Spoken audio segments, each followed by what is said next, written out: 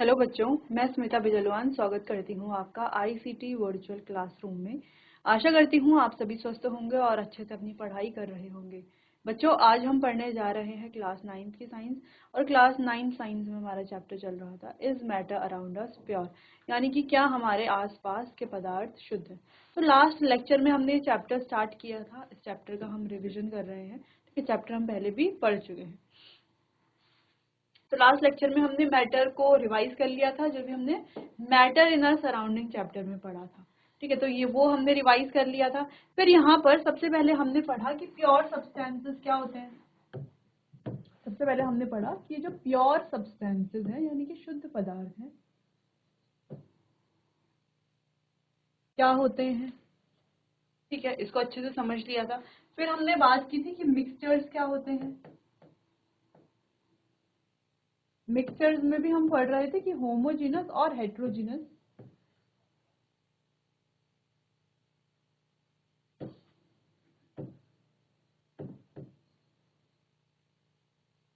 Homogeneous और heterogeneous mixtures क्या होते हैं, ये हम समझ रहे हैं।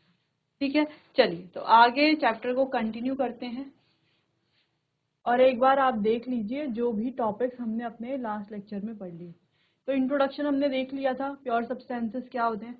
फिर देख लिया था कि मिक्सचर्स क्या होते हैं। फिर देख लिया था कि होमोजीनस और हेट्रोजीनस दो तरह के मिक्सचर हैं। उसमें से होमोजीनस मिक्सचर क्या होते हैं एग्जाम्पल के साथ समझ लिया था, और हेट्रोजीनस मिक्सचर क्या होते हैं इसे भी एग्जाम्पल के साथ समझ लिया था। क्लियर है इतना? चलो तो अब आगे बढ़ते हैं। टाइप्स ऑफ मिक्सचर्स में ही आगे कुछ और बातें हम करेंगे यहाँ पर। चलिए तो स्टार्ट करते हैं। तो यहाँ पर एक एक्सपेरिमेंट है, ये एक्टिविटी है। तो इस एक्टिविटी को अगर हम परफॉर्म करते हैं तो देखते हैं परफॉर्म करने से क्या इसका जो है कंक्लूजन निकलता है। Take few copper sulphate crystal. अब कुछ हमें कॉपर सल्फेट क्रिस्टल लेने हैं। One spatula full of copper sulphate, यानी कि कॉपर सल्फेट का एक स्पैचुला। स्पैचुला आपने देखा होगा, कुछ इस तरीके का होता है। ठीक है, चम्मच जैसा हम कह सकते हैं, चम्मच जैसा होता है। लेकिन जैसे चम्मच की अगर हम बात करें तो चम्मच तो ऐसा होता है ना। ठीक है, ऐसा कर्वी होता है चम्मच। तो ये ऐसा कर्वी नहीं होता, ये इस तरीके से स्ट्रेट होता है सीधा। ठीक है, स्पैचुला।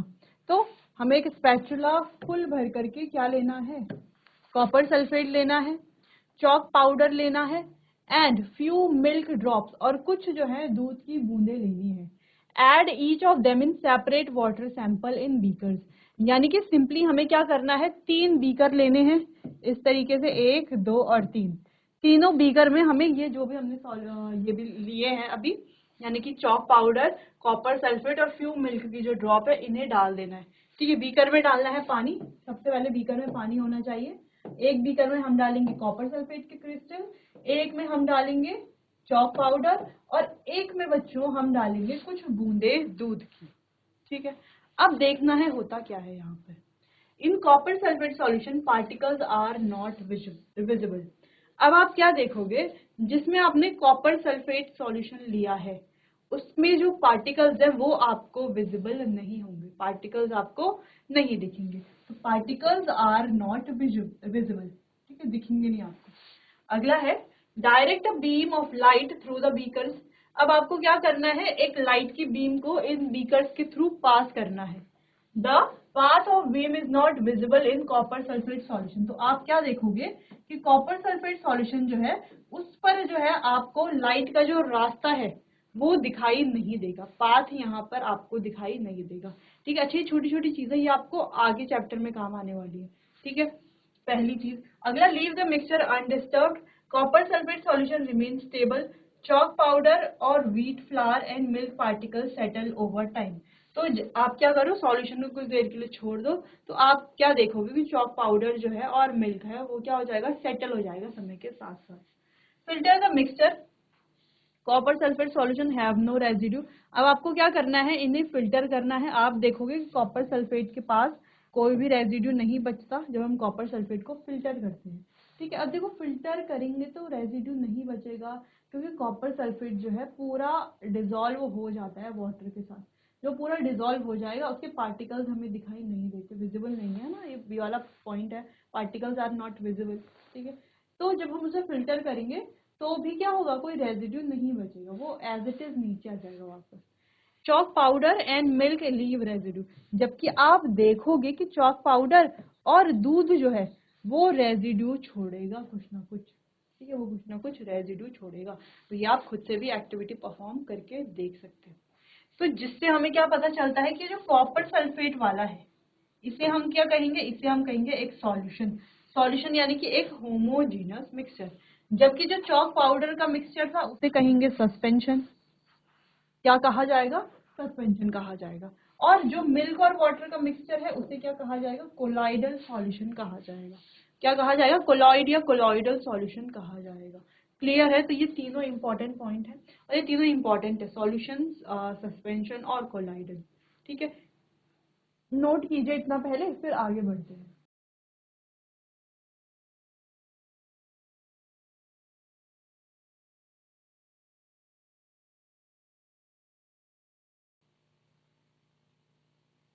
चलिए बच्चों, तो देखो यहाँ पर अभी तक हमने क्या क्या पढ़ा। हमने क्या किया, 3 बीकर लिए हैं, तीनों बीकर में हमने वाटर फिल किया है। ठीक है, अब तीनों बीकर में एक में हमने डाला है कॉपर सल्फेट के क्रिस्टल्स, एक में हमने डाला है चॉक पाउडर और एक में हमने डाला है मिल्क। ठीक है, चलो, तो जिसमें हमने कॉपर सल्फेट के क्रिस्टल डाले हैं, जब हम उसे घोल देते हैं तो हम क्या देखते हैं कि जो कॉपर सल्फेट है वो पानी में अच्छे से घुल जाता है, बिल्कुल घुल जाता है अच्छे से। लेकिन जब हम इसमें से कोई लाइट की बीम पास करते हैं तो वो लाइट की बीम जो है वो रास्ता शो नहीं करती, यानी कि कोई भी पाथ वहां पर विजिबल नहीं होता। ठीक है, तो इसका जो रीजन है वो ये हो सकता है क्योंकि इसके जो पार्टिकल्स है वो पानी में अच्छे से डिसॉल्व है, विजिबल नहीं है, इस वजह से ये पाथ शो नहीं कर रहा। पहली चीज तो ये हो गई। दूसरी चीज, जब हम इसको फिल्टर पेपर के थ्रू फिल्टर करते हैं तो इसमें कोई रेजिड्यू नहीं बचता।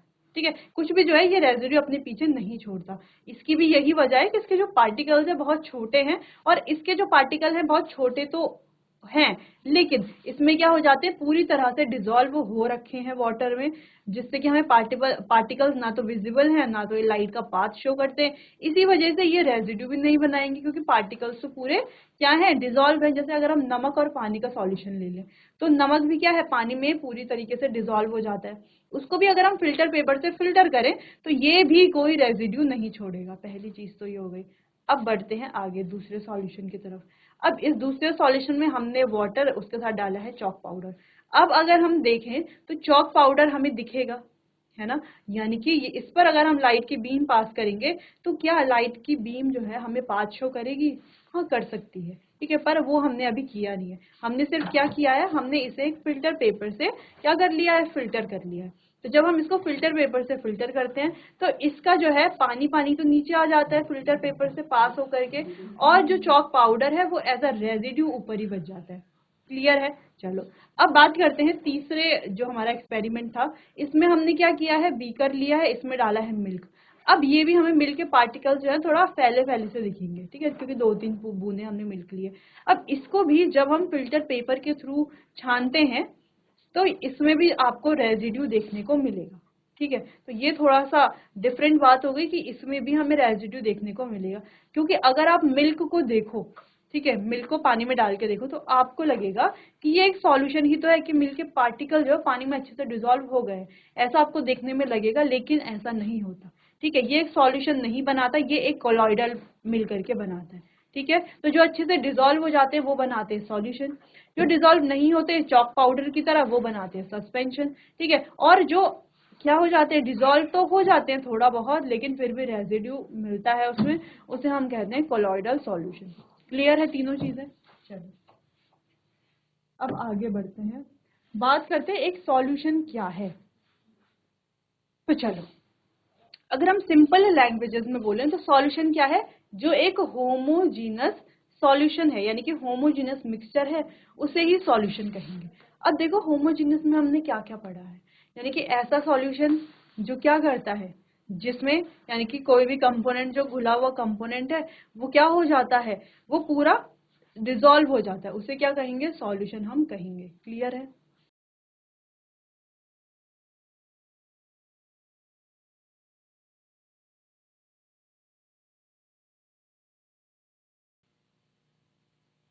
चलो, तो हम बात कर रहे थे सॉल्यूशन की। तो सॉल्यूशन क्या है, एक होमोजेनस मिक्सचर है, जैसे हमने कहा थोड़ा एग्जाम्पल देख लेते हैं, फिर इन एग्जाम्पल्स को भी समझेंगे, ठीक है। चलो, तो ये लिया है हमने, ये क्या है हमारे पास, लाइम जूस, यानी कि नींबू जूस या नींबू पानी कह लें, है ना, लेमन वाटर, लेमन जूस, ठीक है।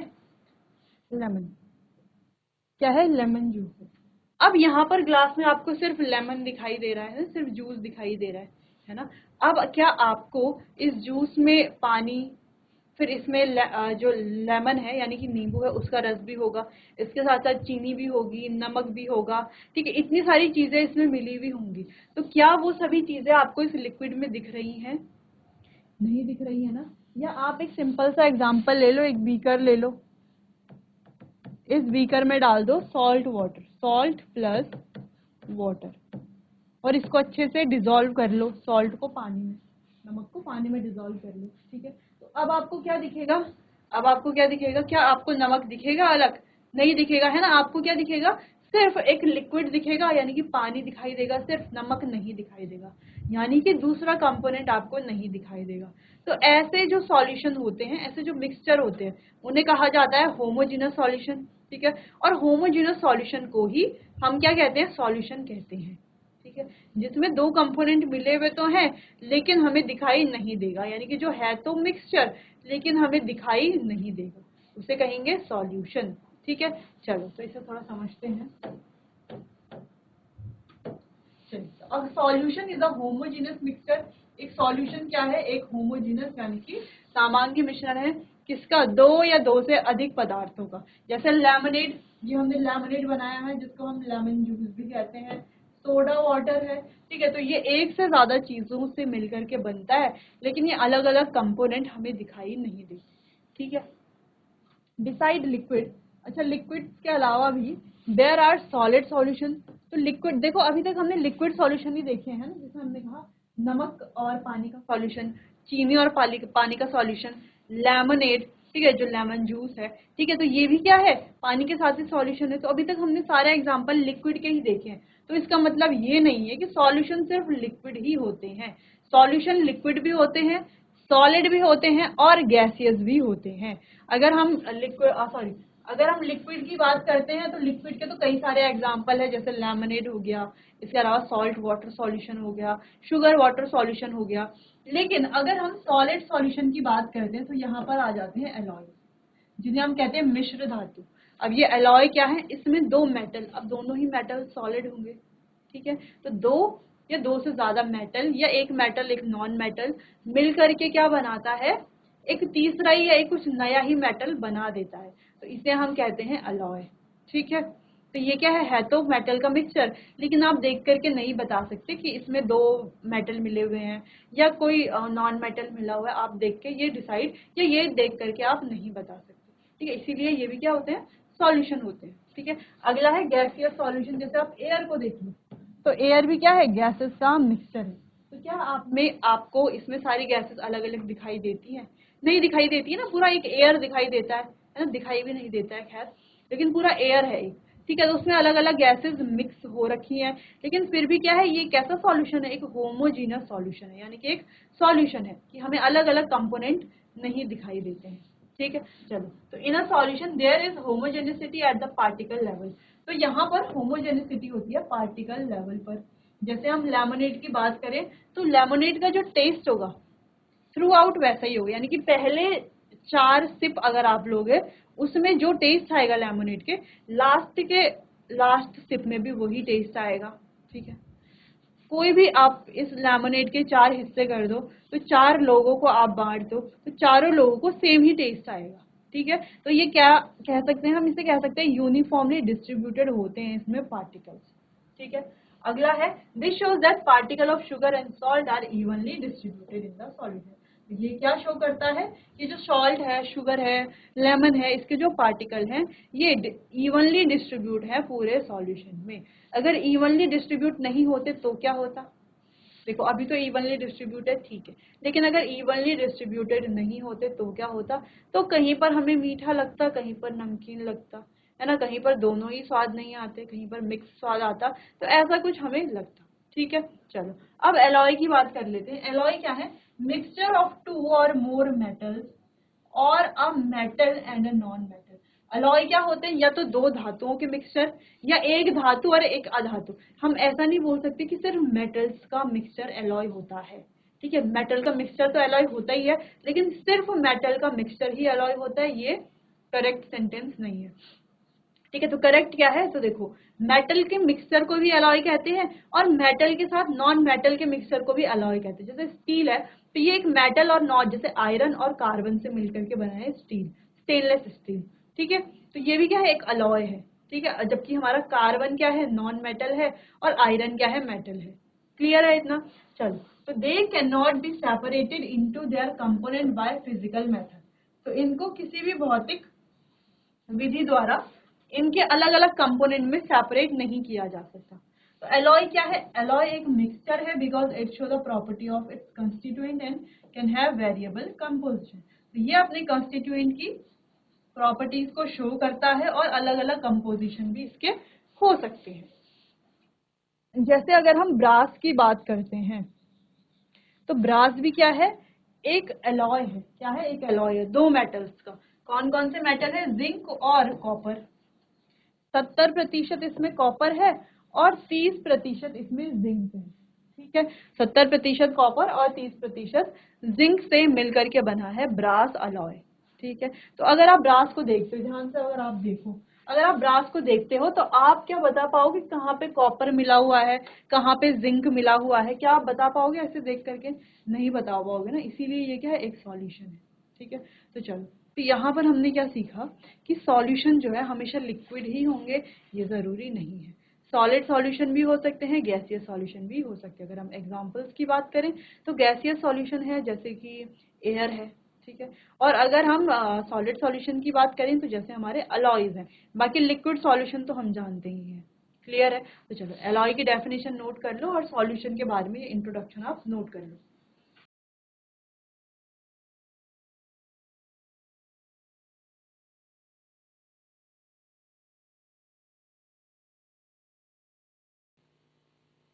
चलिए, तो अब आगे बढ़ते हैं।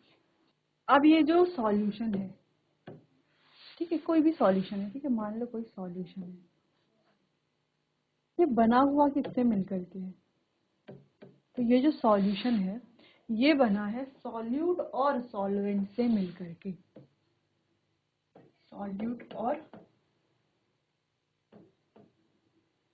सॉल्वेंट से मिलकर के बना हुआ है सॉल्यूशन, ठीक है। तो चलो, तो जैसे हमने कहा कि कोई भी सॉल्यूशन है, मान लो हमने कहा कि ये कॉपर सल्फेट का सॉल्यूशन है, ठीक है। या सिंपल सी बात कर लेते हैं, हमने कहा कि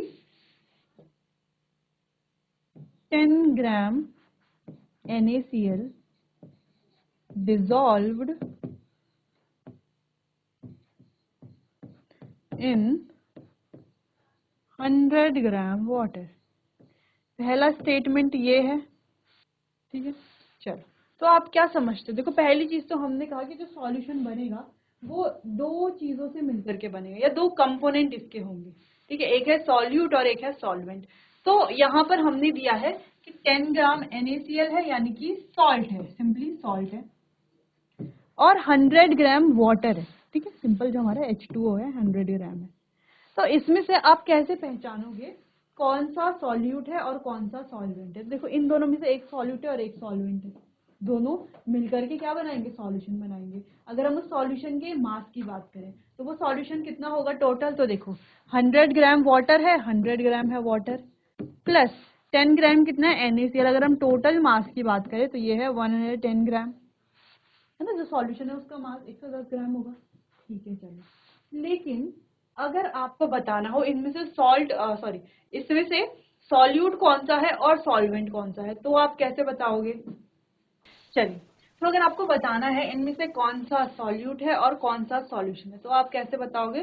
तो देखो, बहुत इजी है, सॉल्यूट और सॉल्यूशन को बताना, सॉल्वेंट को बताना, ठीक है, या सॉल्यूशन को भी बताना इजी है, ठीक है। तो चलो, कैसे बताओगे आप? देखो, जो घोला जा रहा है ना, जिसको हम घोल रहे हैं उसे कहेंगे सॉल्यूट, और जिसमें घोल रहे हैं उसे कहेंगे सॉल्वेंट, ठीक है। तो किसे घोल रहे हैं हम यहाँ पर? नमक को घोल रहे हैं या पानी को घोल रहे हैं? तो देखो, पानी को तो घोलने का सवाल बनता नहीं, तो नमक को ही घोलेंगे। तो नमक को घोला जा रहा है ना, तो नमक क्या है, सॉल्यूट है।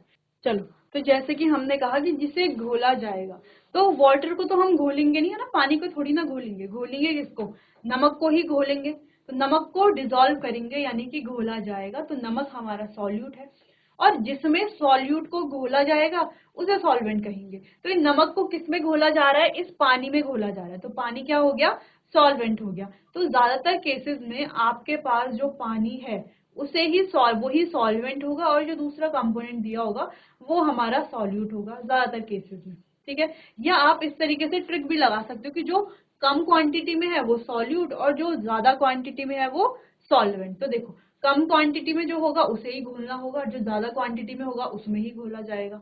ठीक है, चलो, तो अब आप आसानी से बता सकते हो कि सॉल्यूट कौन सा है और सॉल्यूशन कौन सा, सॉरी सॉल्वेंट कौन सा है, और मिल करके ये क्या बनाते हैं, सॉल्यूशन बनाते हैं। ठीक है, चलो, तो इतना आपको नोट कर लेना है कि सॉल्वेंट क्या है, the component that dissolve the other component in the solution, यानी कि सॉल्वेंट वो कंपोनेंट है जो दूसरे कंपोनेंट को अपने अंदर डिसॉल्व करता है या घोलता है। It is usually present in larger amount. तो जनरली अगर आप देखोगे तो ये ज्यादा अमाउंट में पाया जाता है, यानी कि इसकी मात्रा क्या होती है, अधिक मात्रा होती है। ठीक है, चलो, अगर हम सॉल्यूट की बात करते हैं, the component that is dissolve in the solvent, तो जिसे सॉल्वेंट में घोला जाता है उसे सॉल्यूट कहेंगे, और यूजुअली ये लेसर अमाउंट में यानी कि कम मात्रा में पाया जाता है। तो इतना आपको ध्यान रखना है, नोट कर लीजिए इसे।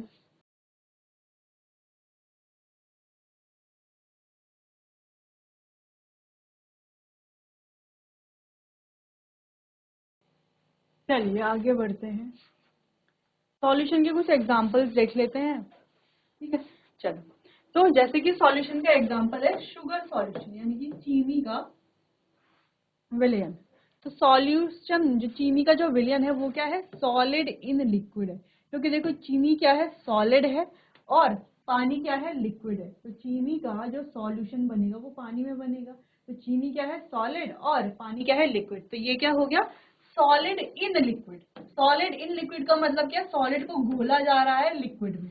ठीक है, तो शुगर क्या हो गई यहाँ पर, अगर हम सॉल्यूट की बात करें तो सॉलिड वाला यहाँ पर सॉल्यूट होगा, और लिक्विड लिक्विड वाला यहाँ पर सॉल्वेंट होगा। तो वही है, शुगर क्या है यहाँ पर, सॉल्यूट, और वाटर क्या है यहाँ पर, सॉल्वेंट। अगला बात करें टिंचर ऑफ आयोडीन। तो टिंचर ऑफ आयोडीन आपने देखा होगा, चोट वगैरह लगती है कहीं पे तो लगाते हैं। ठीक है, तो ये है आयोडीन जो कि सॉलिड है, is the solute, and alcohol which is the liquid that is the solvent. ठीक है, अगला है एरिएटेड ड्रिंक्स। तो एरिएटेड ड्रिंक्स जो भी हम सोडा वाटर, ये पेप्सी कोक ये सब पीते हैं, तो ये सब एरिएटेड ड्रिंक्स होती हैं। यहाँ पर क्या होता है, गैस को लिक्विड में डिसॉल्व किया जाता है। ठीक है, गैस को डिसॉल्व कर रहे हैं लिक्विड में। तो आपने देखा होगा जब भी कोई भी ये एरिएटेड ड्रिंक्स है, इनकी बॉटल को जब ओपन किया जाता है तो करके एक साउंड आता है ना, तो वो क्या होता है, वो गैस बाहर आ रही होती है, क्योंकि गैस को बहुत प्रेशराइज करके उसमें डाला जाता है। ठीक है, लिक्विड में आप हायर क्लासेस में इसको पढ़ोगे। ठीक है, हेनरीज लॉ वगैरह आप पढ़ोगे बाद में। तो चलो, गैस एंड लिक्विड, तो CO2 क्या है, एक गैस है जिसको घोल रहे हैं तो ये सॉल्यूट हो गई, वाटर में घोल रहे हैं तो ये हो गया लिक्विड। ठीक है, लिक्विड तो हो गया, लेकिन वाटर में घोल रहे हैं तो ये क्या हो गया, हमारा सॉल्वेंट। क्लियर। अगर एयर की बात करें तो एयर भी एक होमोजेनियस मिक्सचर है, जो गैस का गैस में ही मिक्सचर है, यानी कि गैस जो है गैस में ही मिली हुई है। ठीक है, तो एयर के जो मेन कंपोनेंट है वो है ऑक्सीजन 21% और नाइट्रोजन 78%। तो ये दो मेन कंपोनेंट है जो मिलकर के 98% गैस को बनाते हैं। बाकी का जो 1% है उसमें आप जानते हो कार्बन डाइऑक्साइड है, और भी अदर गैसेज हैं, स्मोक है, वाटर वेपर है, और भी कई सारे गैसेज हैं। ठीक है, other gases are present in very small amount. बाकी जो गैसेज हैं वो बहुत कम अमाउंट में प्रेजेंट होती हैं। ठीक है, तो यहाँ पर सॉल्यूट और सॉल्वेंट बताना है तो आप आसानी से बता दोगे ज्यादा मात्रा कौन सी है, कम मात्रा कौन सी है। ठीक है, चलो, तो ये कुछ एग्जाम्पल हो गए जो हमारा सॉल्यूशन है। सॉल्यूशन को होमोजेनस मिक्सचर भी बोल सकते हैं। ठीक है, चलो नोट कर लो इतना।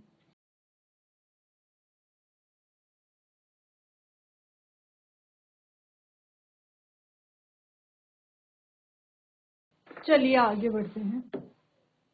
नेक्स्ट है जो हमारा सॉल्यूशन है उसकी कुछ प्रॉपर्टीज के बारे में बात करते हैं कि सॉल्यूशन क्या है, एक होमोजेनस मिक्सचर है। ठीक है, सॉल्यूशन क्या है, एक होमोजेनियस मिक्सचर है, particle are smaller than 1 nm, तो इसके जो पार्टिकल है वो 1 nm में से भी ज्यादा छोटे हैं डायमीटर में, so they are invisible to naked eyes, तो ये नेकेड आईज से देख पाना बहुत ज्यादा मुश्किल है, यानी कि अदृश्य होते हैं नेकेड आईज के लिए, यानी कि नग्न आंखों से इन्हें देखा नहीं जा सकता। Being small in size the particle do not scatter light, तो बहुत छोटा होने की वजह से ये लाइट को जो है स्कैटर नहीं करते, ऐसे बिखेरते नहीं है, जिस वजह से यहाँ पर लाइट का जो पाथ है वो विजिबल नहीं होता। ठीक है, solute particles can not be separated from the mixture by filtration, इन्हें जो है फिल्ट्रेशन से सेपरेट नहीं किया जा सकता। देखो फिल्ट्रेशन से हम उन सॉल्यूशंस को सेपरेट कर सकते हैं जो कैसे हो, जो होमोजेनस हो, या हम कहें सस्पेंशन हो, कोलाइडल हो, क्योंकि जिनमें पार्टिकल्स दिख रहे हो उन्हें हम सेपरेट कर सकते हैं फिल्ट्रेशन से। अब जिनमें पार्टिकल्स दिख ही नहीं रहे उन्हें हम कैसे सेपरेट करेंगे, उन्हें हम सेपरेट नहीं कर सकते, तो उनके लिए और दूसरे मेथड्स होते हैं, ऐसा नहीं कि हम उन्हें सेपरेट ही नहीं कर सकते। जैसे अगर हम बात करें सॉल्ट सॉल्यूशन की, तो सॉल्ट सॉल्यूशन को हम बच्चों फिल्ट्रेशन टेक्निक से या फिल्टर पेपर की मदद से सेपरेट नहीं कर सकते, ठीक है, लेकिन इसका मतलब ये नहीं हम इसको सेपरेट ही नहीं कर सकते, हम इसको इवेपोरेशन टेक्निक से सेपरेट कर सकते हैं, जहाँ सारा पानी इवेपोरेट हो जाएगा और सॉल्ट जो है वो खुद से अलग हो जाएगा, यानी कि अलग हो जाएगा। ठीक है, तो इवेपोरेशन टेक्निक हम कर सकते हैं यहाँ पर। ठीक है, चल, तो नेक्स्ट है अ सॉल्यूशन इज स्टेबल। अब सॉल्यूशन जो है वो स्टेबल होता है, यानी कि जैसे हमने नमक और पानी का एक मिश्रण बनाया, यानी कि सॉल्यूशन बनाया, उसको हमने छोड़ दिया, तो जब हमने उसको छोड़ दिया, चाहे हम उसको 1 दिन के लिए छोड़ें, 2 दिन के लिए छोड़ें, तो क्या ऐसा होगा कि कुछ समय के लिए छोड़ने पर नमक जो है वो अपने आप ही नीचे की तरफ बैठ जाएगा और पानी ऊपर रह जाएगा, जैसे मिट्टी और पानी के सॉल्यूशन में होता है? तो क्या ऐसा होगा सॉल्ट सॉल्यूशन के साथ? तो ऐसा नहीं होता, क्योंकि सॉल्ट का जो सॉल्यूशन है ये कैसा होता है, स्टेबल होते हैं। ठीक है, या हम सिर्फ सभी सॉल्यूशन की बात करें तो कैसे होते हैं, स्टेबल होते हैं, इनके जो दूसरे कंपोनेंट है ये सेटल डाउन नहीं होते हैं। ठीक है, चलिए चलिए बच्चों, तो आज के लिए बस इतना ही, बाकी चैप्टर को कंटिन्यू करेंगे हम अपने आने वाले अगले सेशन में। तब तक के लिए आपका बहुत बहुत धन्यवाद।